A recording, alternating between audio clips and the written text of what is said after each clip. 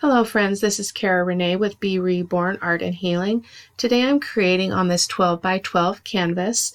I'm going to be using this beautiful rice paper from Stamperia with those cute birds on it.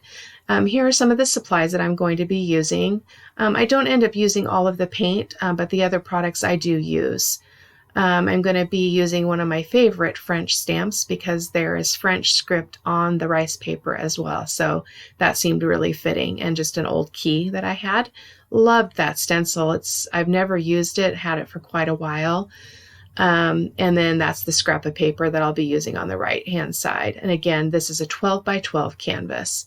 And I am putting on gloves because I am trying to protect my nail color. I got a manicure for the first time, a manicure with my own nails. So that was pretty exciting. So I'm just trying to keep care of those. So the first thing I'm going to do here is prepare that frame that you saw for paint, because if it's a wood frame and if I just paint it with the acrylic paint, it's going to just soak into the wood. And so the gesso prepares that surface to accept the paint that I'm going to add on to it later. So here I'm just going to apply one layer of gesso. It doesn't require that much. So I'll finish this off and then I'll set it aside and move on to another part of the project.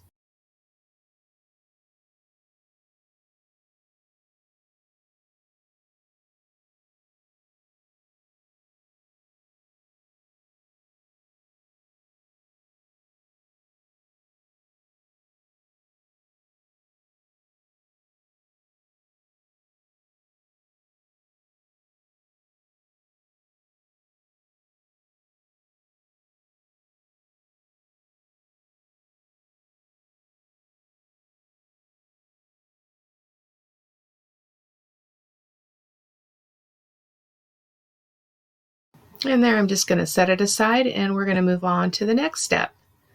I'm going to be applying all of my papers with the golden matte medium, and that's the next thing I'm going to do here. I am a little out of sync, so I do apologize for that. I've got a lot on my mind.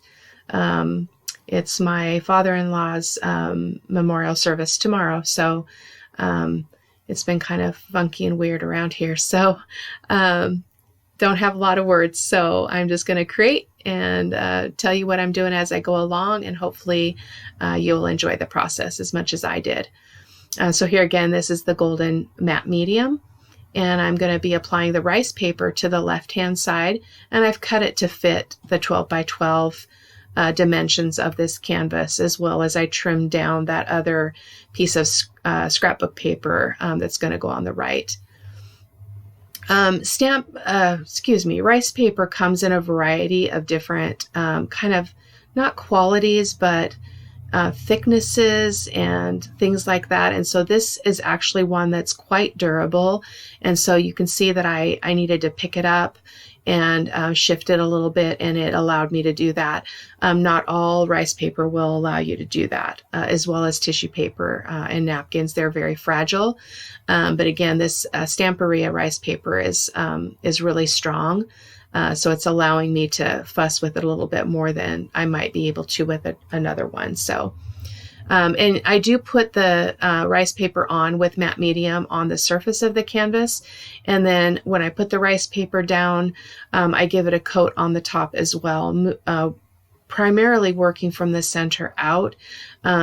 That's supposed to alleviate wrinkles. I did end up with wrinkles, but I don't really mind that. I'm not looking for perfection. So I just thought these birds were just about the sweetest thing. They reminded me of family and community and relationship and things like that. So, and as you know, those are some of the things that are in my lap right now that I'm still working on and processing. So this was just really beautiful, and I really enjoyed creating it today because I planned it out, so I didn't have a lot of questioning about what I was doing, and it just really flowed very, very well.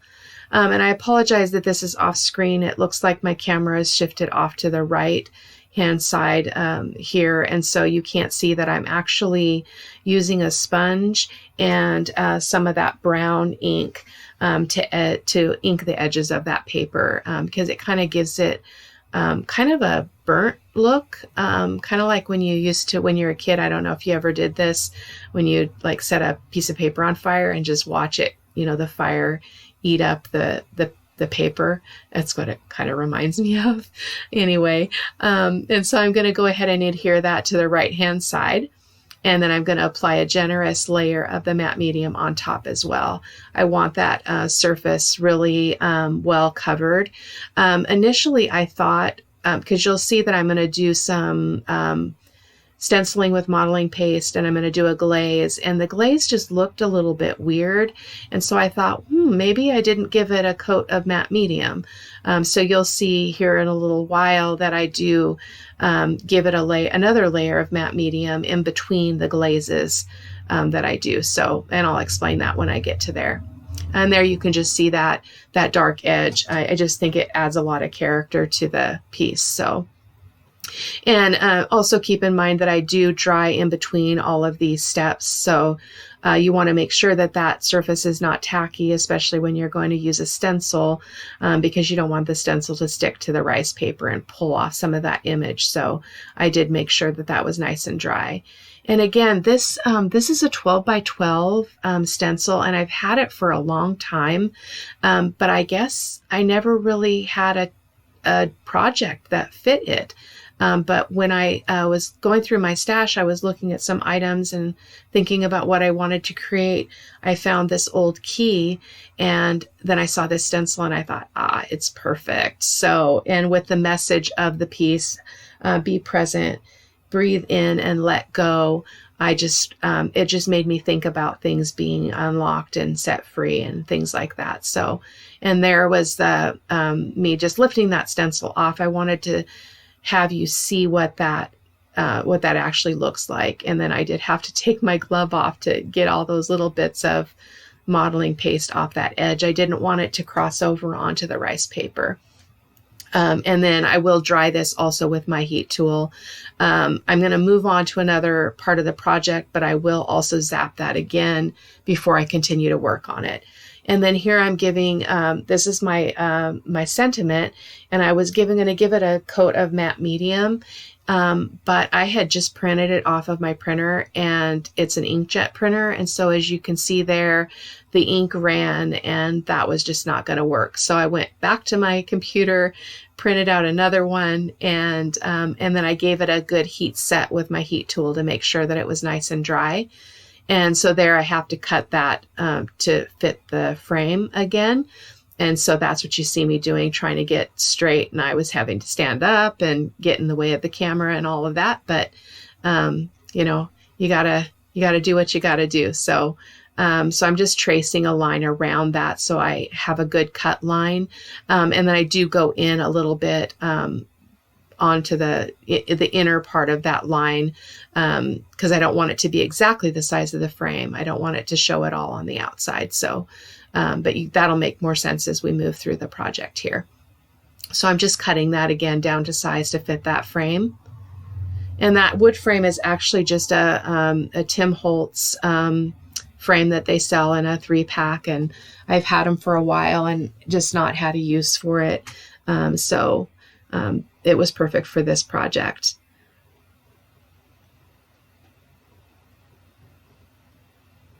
So I'm going to go ahead and set that aside as well, and I'm going to work on the frame. And I'm going to give it a coat of golden fluid acrylic in the burnt umber light. I probably could have gone for just a regular acrylic paint, but I wanted that tone. I wanted to make sure that I got that burnt umber color, and so I just wasn't up for risk. So I used a lot on this project, but I was deeply satisfied with it. So I don't mind that I could have maybe used something different and saved my fluid acrylic.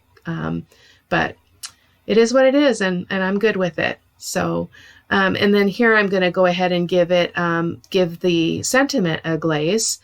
with that same burnt umber light, because I really wanted all the colors to really tie in and unify on the piece, and that is exactly what ended up happening. So I was really pleased that that this is the route that I went.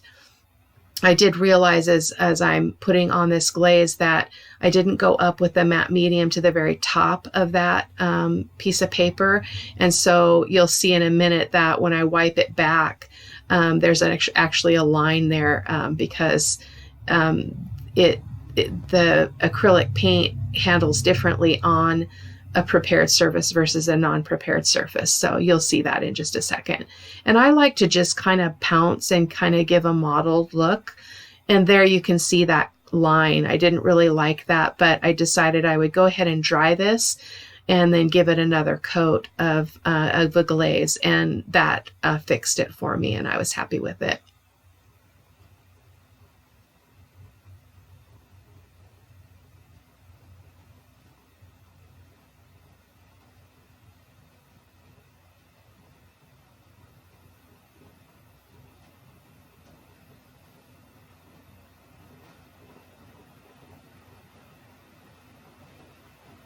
It was just perfect like this. I was really pleased with the color density there, and it was just enough to give it a little color but not be lost in the background once I put the piece together. So I was happy with that.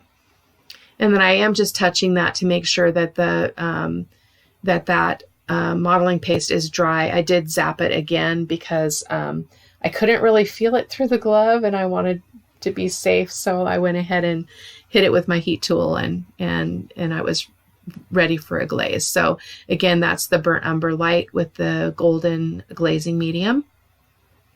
And on this one too, I do go back and do another glaze. And as I mentioned before, I thought maybe the glaze was a little odd because maybe I hadn't given it a layer of matte medium on top of that paper. Because again, an unprepared surface responds differently to the mediums than a prepared surface. And so once I wipe this back and dry it, I decided to go ahead and give it a layer of matte medium, and it didn't hurt anything. I actually think it helped. It created its own new problems, which you'll see here as we move through the piece, but it's all able to be resolved, so it was fine. So here I'm just going to give it a coat of that matte medium. And the problem that I had is, as much as I tried to wipe back all that excess, I did end up with basically it's glue, and when it's used in this state, and it created some leftovers that I didn't like. So I went over it with another glaze here.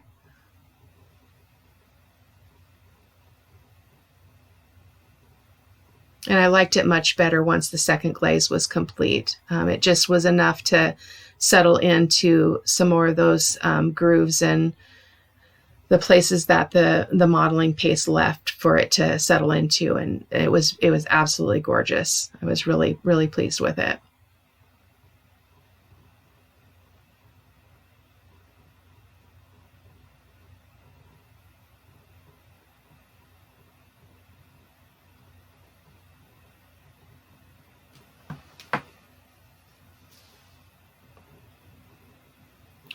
So as you can see there, it's leaving a little bit more behind, kind of closer in to the edges of all that texture. So it was exactly what I was looking for.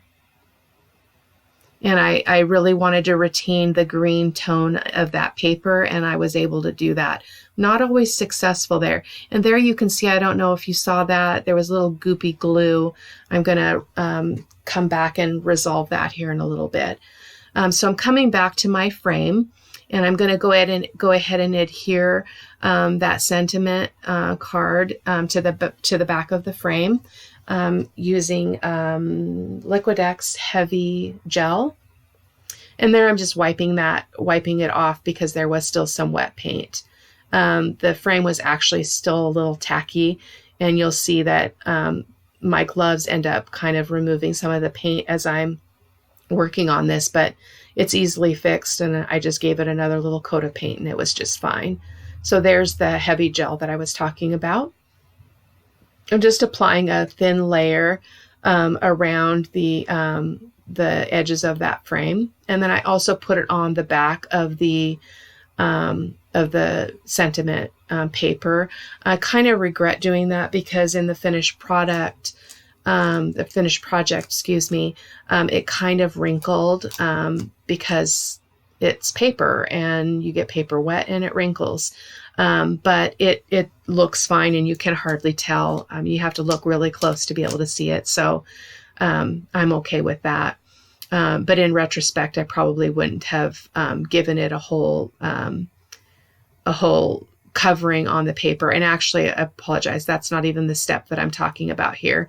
It's when I adhere the entire frame and paper to the canvas is when I gave that full coat of the heavy gel that caused the warping of the paper. And here I left this part in because I wanted you to see kind of how I fix things. One being my fingers, my gloves kind of pulling off that paint. As you can see the white spots, but I was able to just give it another coat. And then with that small brush, I'm just going in along the edges of the inside of that frame and removing that gel because I don't want it to show. It dries clear, but it still kind of looks yucky because you can see the residue of it, and I think it's kind of tacky. In a lot of mixed media, it doesn't really matter, but in this piece, it's a little more decorative in nature, so I wanted to have it be nice and clean and crisp. So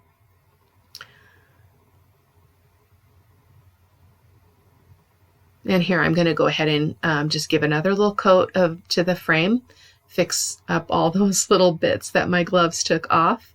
It probably needed another layer anyway, so it was all good. And there again, I got some paint on the paper when I was applying that, and so I just went in with a small brush.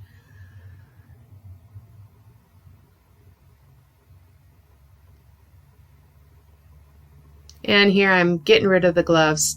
There's only so many things you can do with gloves, and then at some point you got to be able to feel what you're doing. So I did go ahead and take those off. And here I'm using that French stamp that I was talking to you about. It's one of my favorites.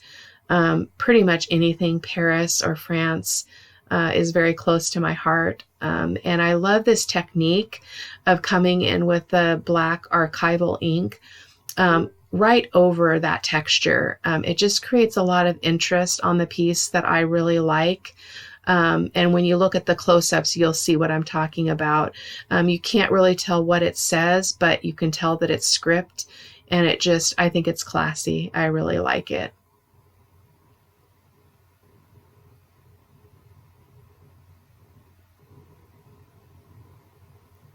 And there's a close-up of that. Not only the texture, but the stamping that I was just referring to. And here is where I'm coming in with a little bit of, well, at first I'm trying to see if I can get any of that matte medium to come off. I couldn't, it was already dried. So then I came in with some of the burnt umber light paint again and just went into those areas where I could see that globby glue that's dried. And I just covered it up, and no one will ever know that it was glue and not part of the actual intended texture. So there's usually a workaround for a lot of things. So I try not to sweat it too much. And here I'm going to go ahead and, again, using the burnt umber light, I'm going to give a couple coats of that burnt umber light to the key. It is a metal key, and so it did take some time to get it covered. I don't show both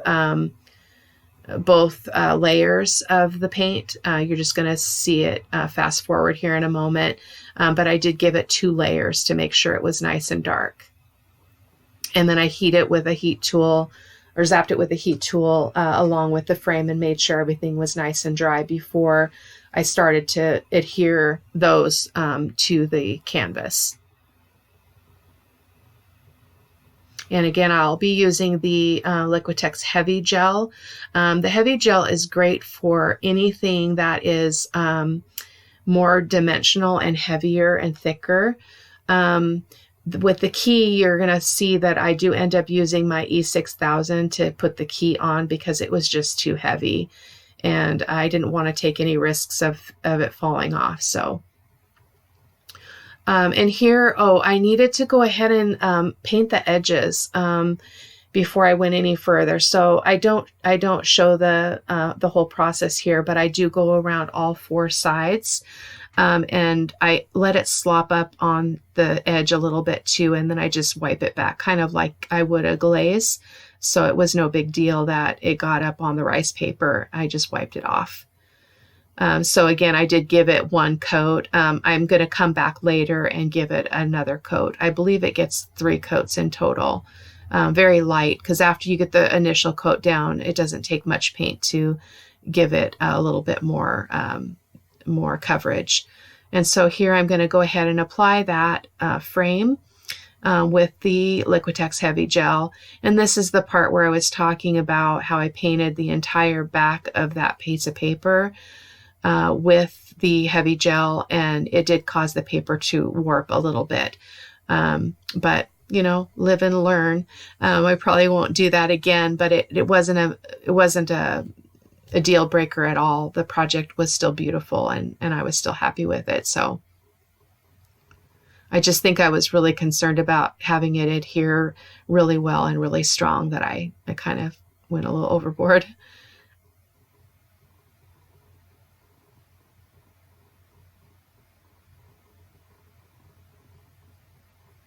Just giving it a good press to make sure it's nice and secure.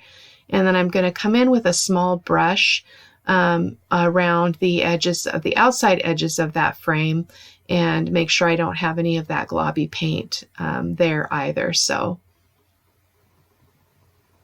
because even though it dries clear, it just is not attractive. And then this is the key. I was kind of feeling it and making sure it was dry, but also evaluating the weight of the key and just realized that I didn't want to fuss with the Heavy Gel. It would have held it. It just takes a takes a long time for it to set. So I'm going to go ahead and I took out my E6000 and applying that to the back of the key. It's not my favorite product to use because it's super messy and it's very stringy, which probably is what makes it work so well. But so there, I kind of off camera trying to get all the stringy things to let go of me and let go of my fingers before I brought it to the surface here. So, and I do inch that over a little bit to the right. It was not centered. And I'm going to make sure that those are nice and glued down. And then here I'm going to come in with yet another layer of that burnt umber light paint on the frame and also on the key.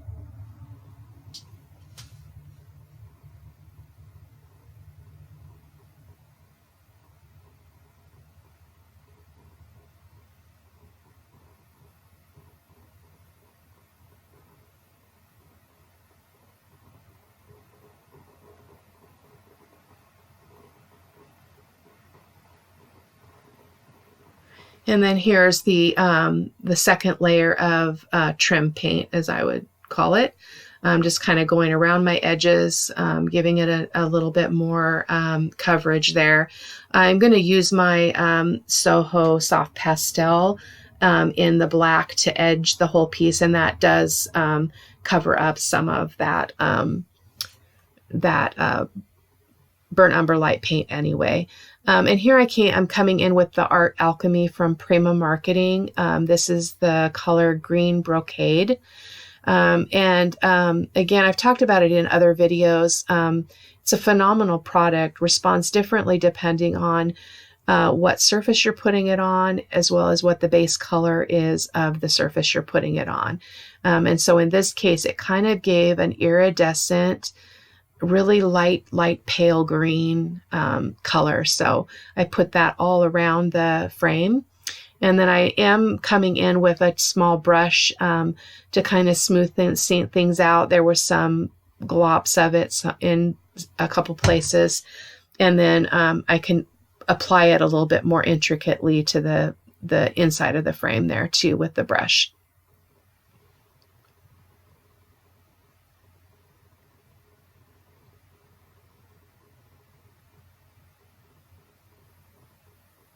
I love the Art Alchemy waxes. You can get them on Amazon, which I'll put that link in the video description, as well as a link to all the products that I used.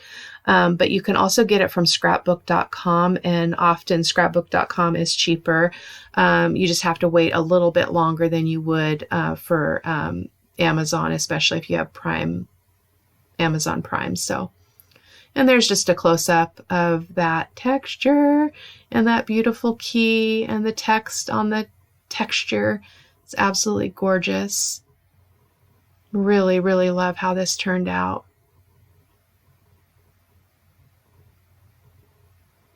And there's the Soho soft pastels. Got those for Christmas. I've only used the black so far. I tend to be a little bit just reluctant, I guess, to try brand new products. I like things that I know and that I've worked with before. So I need to take some time and use those in other ways, because there's like 90 colors in that box. So I'll be giving that a try. But here I'm using the black to go around the entire canvas to kind of create that dark frame that I love so much. And I will also seal it with a fixative when I'm done.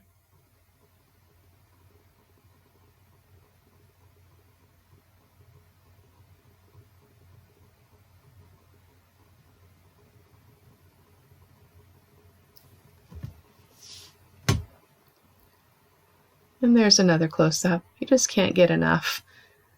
Or I can't get enough.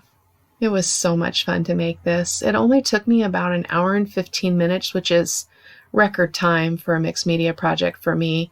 And then I'm just coming in again with that wax, the same color, the green brocade, just here and there, not everywhere on the texture, but just here and there, applying a little bit of that wax just to kind of have it match what was going on around it. So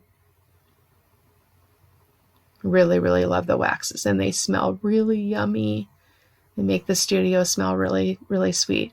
So I hope that you enjoyed this video, and if you have not already liked and subscribed to my YouTube channel, I'd really appreciate it if you did. I love creating for you. I hope you have a great week. Bye-bye.